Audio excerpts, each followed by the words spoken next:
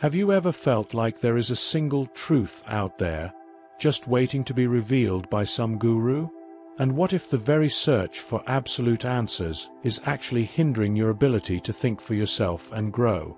This video will challenge everything you thought you knew about certainty, and show why trusting your own ever-evolving understanding is the true path to wisdom.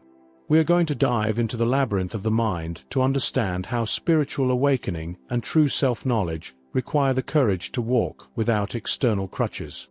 We live in an age of information saturation, where external noise often drowns out the voice of our own soul.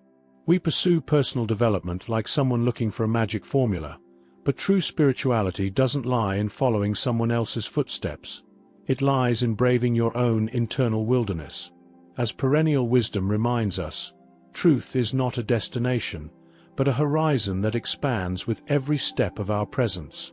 To understand this paralysis, we need to look at the root of our own fragility. Often, what we call a search for light is actually an escape from the discomfort of being in the dark. It is in this soil, made of fear and haste, that external promises find the space to flourish. The human brain has an ancestral craving for simple and definitive answers. In a vast and often chaotic world, uncertainty hurts. It generates a tension that we seek to relieve at any cost. It is in this fertile ground of insecurity that self-proclaimed gurus of truth plant their flags, offering the comfort of a ready-made answer. There is an initial, almost childlike comfort in having someone tell us exactly how things are. However, Carl Jung warned us that what we do not bring to consciousness appears in our lives as fate. By handing over our capacity for discernment to a third party, we project onto them the archetype of the sage. But we forget that this wisdom is a power that dwells within ourselves. This external dependence creates a performative spirituality, where the individual stops being a seeker and becomes a mirror of others' beliefs, distancing themselves from the true awakening of consciousness. But the price of this comfort is higher than we imagine. By accepting someone else's ready-made map, we stop walking on our own 2 feet. The momentary relief of having an absolute answer silently becomes the anesthetic that numbs our ability to question, atrophying the most sacred muscle of our soul: autonomy. When we accept an answer as absolute, the process of internal reasoning is interrupted. The mind, which should be an ocean of possibilities, becomes a tank of stagnant water. Jiddu Krishnamurti, with his cutting lucidity, taught that truth is a pathless land. It cannot be reached through any organization, any creed, any dogma. The danger of accepting narratives without questioning them is intellectual and spiritual atrophy. Giving up cognitive autonomy makes us vulnerable to manipulation, transforming the search for the meaning of life into a prison of rigid concepts. True reconnection with the self requires us to be able to look at the guru's truth and ask, does this resonate with my essence, or is it just a map that doesn't belong to me? Without questioning, there is no inner transformation, only repetition.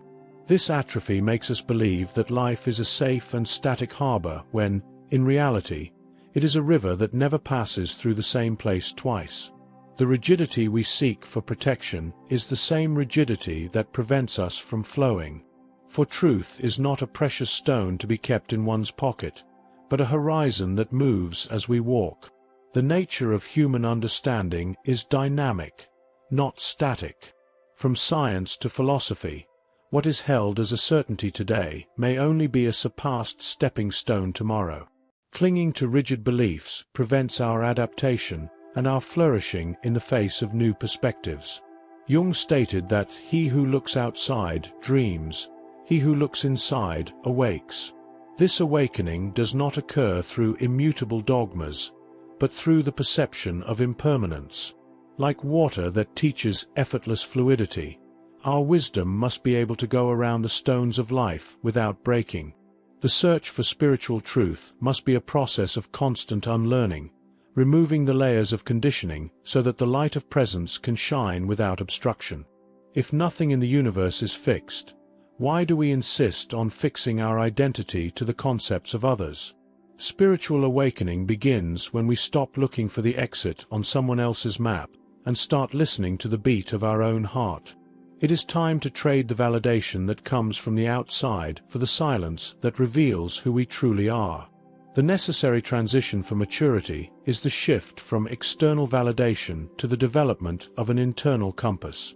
Wisdom is not about accumulating answers, but about developing the capacity to tolerate ambiguity and embrace nuanced thought. It is learning to inhabit the fertile void, where there are no ready-made certainties, but rather a deep listening of the soul. Khalil Gibran, in his Eternal Poetry, reminds us that no man can reveal to you aught but that which already lies half asleep in the dawning of your knowledge. The true master does not invite you to enter the house of his wisdom, but leads you to the threshold of your own mind. Real power lies in asking deep questions instead of consuming predigested answers. It is in this space of inner silence that intuition becomes our most faithful guide.